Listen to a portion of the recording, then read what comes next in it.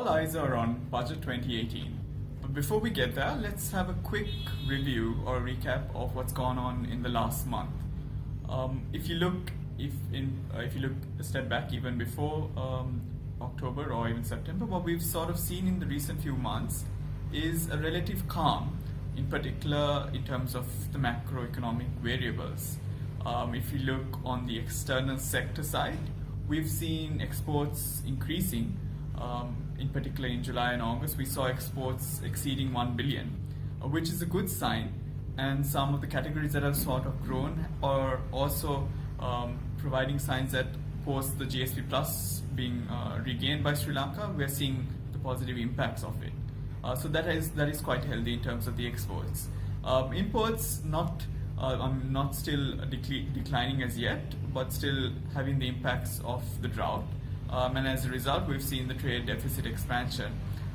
Despite this, I think the BOP is in quite a comfortable position, a surplus of about 2 billion this year so far in the first 8 months.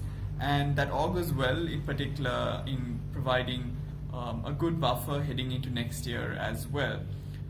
We're also noticing certain items such as tourism earnings not doing too great, as well as remittances also declining this year.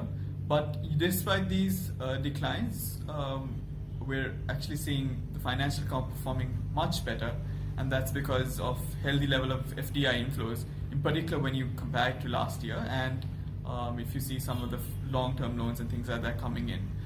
So the external side of things has provided a bit of buffer for the economy, and that has brought that relative calmness into play.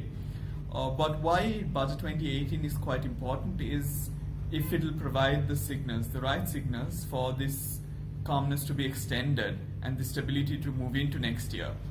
In particular, given the fact that there are risks in terms of borrowings that are coming up, both domestic and externally, in the next few years, and also certain issues, particularly even on the global side of things.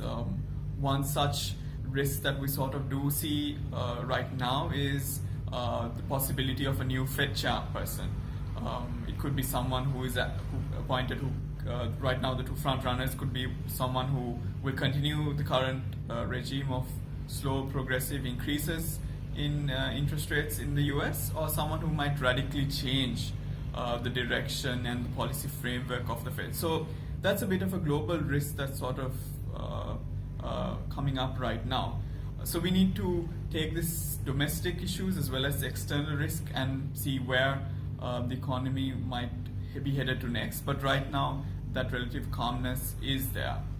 So thank you for listening, and we hope to provide such regular updates on Economy.lk